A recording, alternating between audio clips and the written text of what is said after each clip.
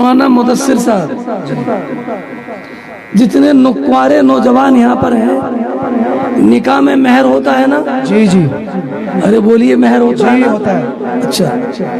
اچھا کوئی عالم صاحب یہ کہیں کہ ہماری شادی کرا دو، ہم مہر میں ان کو قرآن پڑھانا سکھا دیں گے، نہیں مہر ہو جائے گا؟ نہیں ہو جائے گا، عالمہ بنا دیں گے؟ نہیں ہو جائے گا جی، انوار شریعت پڑھا دیں گے، قانون شریعت پڑھا دیں گے، حیات اعلی حضرت پڑھا دیں گے، قرآن کریم کا ترجمہ سکھا دیں گے، مہر ہوگا؟ کسی عالم کا، مفتی کا، نوجوان کا، بوڑھے کا؟ نہیں۔ قرآن کریم کا صاف ارشاد ہے، ان تبتغوا باموالکم، مہر کے لیے مال ہونا ضروری ہے۔ سبحان اللہ سبحان اللہ۔ لیکن اگر مصطفیٰ نے قرآن کی تعلیم کو مہر بنا دیا ہو تو مختار ہونا ثابت ہوگا کہ نہیں؟ بولو بے شک بے شک، بولو، مختار ہونا ثابت ہوگا کہ نہیں؟ بے شک۔ اب ایک حدیث پاک سنو آپ۔ ایک صحابی ہیں، نکاح کا پیغام دے دیا، شادی کی تیاری۔ اب پیارے پیغمبر نے فرمایا شادی کرو گے؟ کچھ بھی نہیں۔ اب بتاؤ کہ اگر مجبور پیغمبر ہوتے تو کیا فرماتے؟ نہیں بھائی وہ تو اسلام کا قانون ہے، مہر دینا پڑے گا، پاس میں نہیں ہے تو ادھار لا کے دو، پاس میں نہیں ہے چندہ کر لو لیکن مہر دینا ہے۔ یہ تو فرماتے اگر مجبور ہوتے تو، یہ تو فرماتے مجبور ہوتے تو مہر دینا پڑے گا، لیکن نہیں۔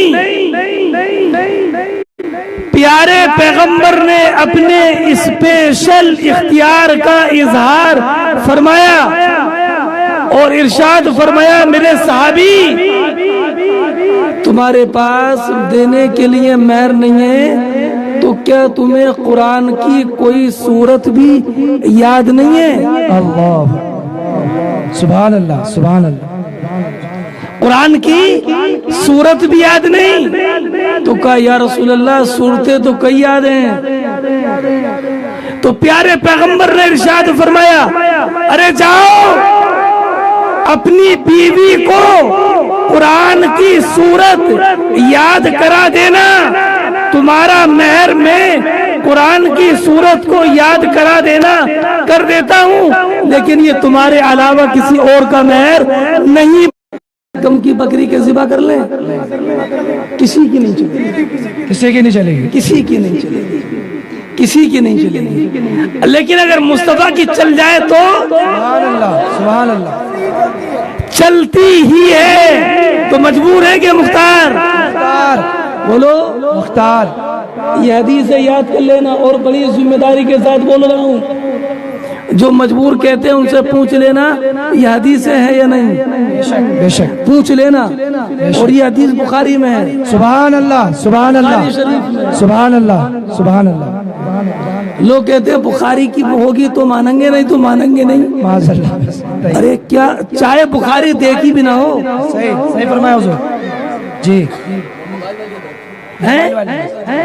لیکن یہ بتاؤ قرآن کی کسی آیت یا حدیث میں ہے کہ بخاری میں ہو تو ماننا؟ بے شک تو پھر یہ کہاں سے؟ لیکن بخاری کی سنو، بے شک بے شک، اور سن کے یاد کر کے جاؤ۔ ایک صحابی ہیں برا ابن عازب رضی اللہ تعالیٰ عنہ، نام سنا ہوگا جی، ان کے ماموں ہیں ابو بردہ ابن نیار، ابو بردہ ابن نیار، ابو بردہ ابن نیار۔ انہوں نے کیا کیا، عید کا دن جب آیا تو عید کی نماز سے پہلے اپنی بکری کی قربانی کر لی۔ اللہ اکبر، کیوں کر لی؟ تاکہ محلے میں گوشت بانٹ دوں اور محلے والے سب سے پہلے میری بکری کا گوشت کھا لیں۔ نیت اچھی تھی، اچھی نیت تھی نا کہ سب سے پہلے محلے میں میری بکرے گوشت کھایا جائے۔ لیکن عید کی نماز کا خطبہ سرکار نے دیا تو خطبے میں ارشاد فرمایا قربانی عید کی نماز کے بعد ہے۔ اللہ اکبر، سبحان اللہ، بے شک جس نے عید کی نماز سے پہلے قربانی کی اس کی قربانی نہیں ہوئی، نہیں ہوئی، نہیں ہوئی، نہیں ہوئی۔ اللہ، بے شک اب یہ ابو بردہ ابن نیار عید کی نماز سے پہلے قربانی کر چکے تھے اور سرکار نے فرمایا کہ نہیں ہوئی، تو یہ نبی کریم کی بارگاہ میں حاضر ہوئے، عرض کرتے یا رسول اللہ ایک ہی بکری تھی، اس کی میں نے عید کی نماز سے پہلے قربانی کر لی، اب یا رسول اللہ قربانی کرنے کے لیے نہ بکرا ہے نہ بکری، یا رسول اللہ 6 مہینے کے بکری کا بچہ ہے۔ ابھی نعیمی صاحب جی میں امروہے میں تقریر کر رہا تھا 2 اپریل کو، تو ایک صاحب نے کہا 6 مہینے کا لفظ کہاں ہے؟ اللہ اکبر، ہے نا، اس کا معنی 1 سال سے چھوٹی بکری، 6 مہینے کا لفظ کہاں؟ تو میں نے کہا تسلی رکھ بتاؤں گا۔ سبحان اللہ، سبحان اللہ، تو اناق کا لفظ ہے اور اناق کی کا معنی علامہ ابن بطال نے 5-6 مہینے کا بکری کا بچہ بتایا ہے۔ سبحان اللہ، سبحان اللہ۔ کہنے لگے یا رسول اللہ 6 مہینے کے بکری کا بچہ ہے، کیا اس کی قربانی کر دوں؟ ٹھہر کر ایک بات کہنا چاہتا ہوں مولانا مدثر صاحب، اگر صحابہ نبی کو مجبور سمجھتے اور یہ سمجھتے کہ نبی کو کوئی اختیار نہیں ہے تو ابو بردہ ابن نیار پیغمبر اعظم کی بارگاہ میں یہ سوال کرتے ہی نہیں۔ بے شک، بے شک، اس لیے کہ یہ تو مسئلہ کھلا ہوا تھا کہ سال بھر سے کم کی بکری کی قربانی جائز نہیں ہے، پوچھتے ہی نہیں۔ اس سے معلوم ہوا صحابہ کا عقیدہ بھی تھا کہ نبی مجبور نہیں ہے بلکہ مختار ہے۔ سبحان اللہ، بے شک، بے شک، جب معلوم کیا تو نبی نے یہ نہیں فرمایا ارے کیسی بات کرتے ہو، اسلام کا قانون ہے، قانون شریعت ہے، اس میں کوئی تبدیلی نہیں ہوتی ہے، نہیں ہے تو خرید کے لاؤ۔ صحیح بات، یہ نہیں فرمایا، بلکہ پیارے پیغمبر نے یہاں پر بھی اس اسپیشل اختیار کا اظہار فرمایا اور فرمایا ابو بردہ ابن نیار میں تم کو حکم دیتا ہوں 6 مہینے کی بکری کے بچے کی قربانی کر لو، تمہاری قربانی ہو جائے گی، اور تمہارے علاوہ اگر اور کوئی کرنا چاہے گا تو اس کی قربانی نہیں ہوگی۔ سبحان اللہ، سبحان اللہ، بہت خوب، بہت خوب۔ بتاؤ نبی مختار ہے یا مجبور؟ مختار، بولو، ہاتھ اٹھا کر بولو مختار۔ اچھا کیا حدیث ہو گئی؟ 3۔ کتنی حدیث سنو گے؟ اللہ کے فضل سے اعلی حضرت امام اہل سنت نے اتنی حدیثیں اکٹھا کر دی ہیں کہ ہم سناتے رہیں، آپ سنتے رہیں۔ ایک حدیث اور سناتا ہوں،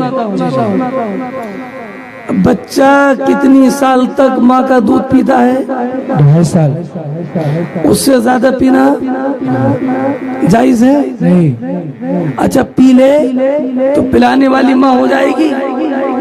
نہیں ہو۔ اگر 3 سال کے بچے نے بھی ماں کسی عورت کا دودھ پی لیا تو دودھ پلانے والی ماں نہیں اور دودھ پلانے والا بیٹا نہیں، حرمت رضاعت۔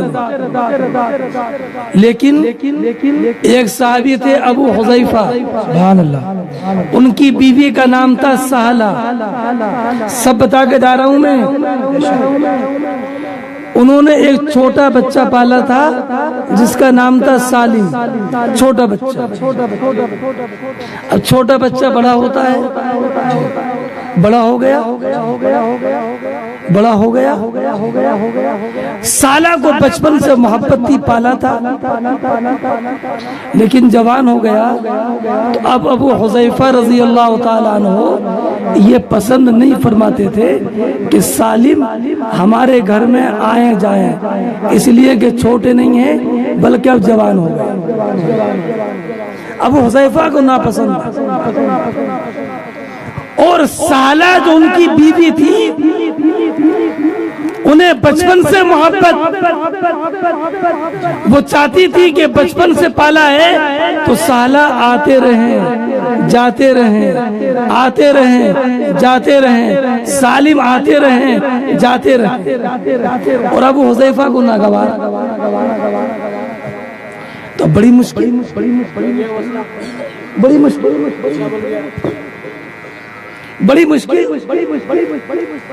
تو اب یہ سالہ مصطفیٰ کی بارگاہ میں گئی، اس لیے کہ سالہ جانتی تھی کہ جو مسئلہ کہیں حل نہ ہو سکے وہ مسئلہ بارگاہ مصطفیٰ میں حل ہوتا ہے۔ سبحان اللہ، بے شک بے شک۔ گئی اور جانے کے بعد عرض کیا رسول اللہ معاملہ یہ ہے، میں نے سالم کو بچپن سے پالا ہے، اس سے بڑی محبت ہے۔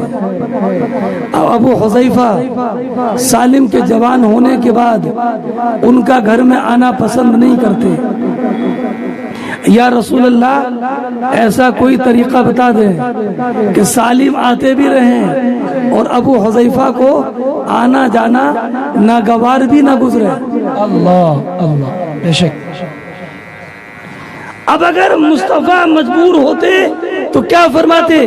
نہیں جوان ہے، نہیں آ سکتے، شریعت کا حکم پابندی پردے کا ہے، نہیں آ سکتے، نہیں، بلکہ سالہ جس امید کو لے کر گئی تھی پیارے مصطفیٰ نے ان کی امید پر پانی نہیں پھیرا، پیارے مصطفیٰ نے سالہ کی امید کو پورا فرما دیا اور فرمایا سالہ آج کے بعد ابو حذیفہ کو سالم کا آنا ناگوار بھی نہیں گزرے گا اور تمہارے پاس سالم کا آنا جانا جائز بھی ہو جائے گا۔ بے شک بے شک بے شک۔ کیا طریقہ ہوگا مصطفیٰ؟ سبحان اللہ۔ تو پیارے مصطفیٰ نے ارشاد فرمایا سالہ اپنی پستان کا دودھ نکال کر کے سالم کے منہ میں ڈال دو، اور جب تمہاری پستان کا دودھ سالم کے منہ میں پہنچ جائے گا تو سالم تمہارے منہ بیولے بیٹے ہو جائیں گے اور تم ان کی ماں ہو جاؤ گی، اب پردے کا حکم ختم ہو جائے گا، سالم کا آنا جانا بھی جائز ہو جائے گا اور ابو حذیفہ کو ناگوار بھی نہیں گزرے گا۔ اب آپ یہ بتاؤ کہ کیا نوجوان کو دودھ پلانا جائز ہے؟ بولو، اگر پی لے تو کیا رضاعت ثابت ہوتی ہے؟ نہیں، لیکن مصطفیٰ نے سالم کے لیے جوانی کی حالت میں عورت کا دودھ پینا جائز قرار دے دیا، اور دوسرا حکم یہ کہ مصطفیٰ نے سالم کے دودھ پلانے کی بنیاد پر حضرت سالہ کو ان کی ماں بھی قرار دے دیا۔ یہ پیارے مصطفیٰ کا اختیار ہے حضرات، یہ اختیار مصطفیٰ بے شمار حدیث مصطفیٰ ہے۔ مصطفیٰ دنیا میں مجبور ہو کر نہیں آئے، مختار ہو کے، بولو مجبور ہو کر نہیں بلکہ مختار ہو کے آئے۔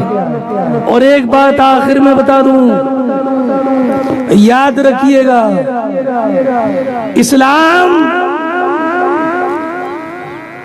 پیغمبر اسلام شانتی کا پیغام دیتے ہیں، امان کا پیغام دیتے ہیں، اسلام میں تشدد روا نہیں۔ یہ علماء تشریف فرما ہے، ان سے مسئلہ پوچھو، اگر نہر کے کنارے پر، سمندر کے کنارے پر وضو کر رہے ہو تو اتنا ہی پانی لینا جائز ہے؟ جتنے میں کام چل جائے. ضرورت سے زیادہ پانی بہانا اسلام میں جائز نہیں ہے. اب آپ بتاؤ جس اسلام میں بلا ضرورت پانی بہانا جائز نہ ہو اس اسلام میں خون بہانا کیسے جائز ہو سکتا ہے؟ اور ایک بات اور یاد رکھو، اگر ہرے بھرے درخت ہوں جن کے کاٹنے کی کوئی ضرورت نہ ہو تو نبی کریم نے ہرے بھرے درختوں کو کاٹنے سے منع فرمایا. اب یا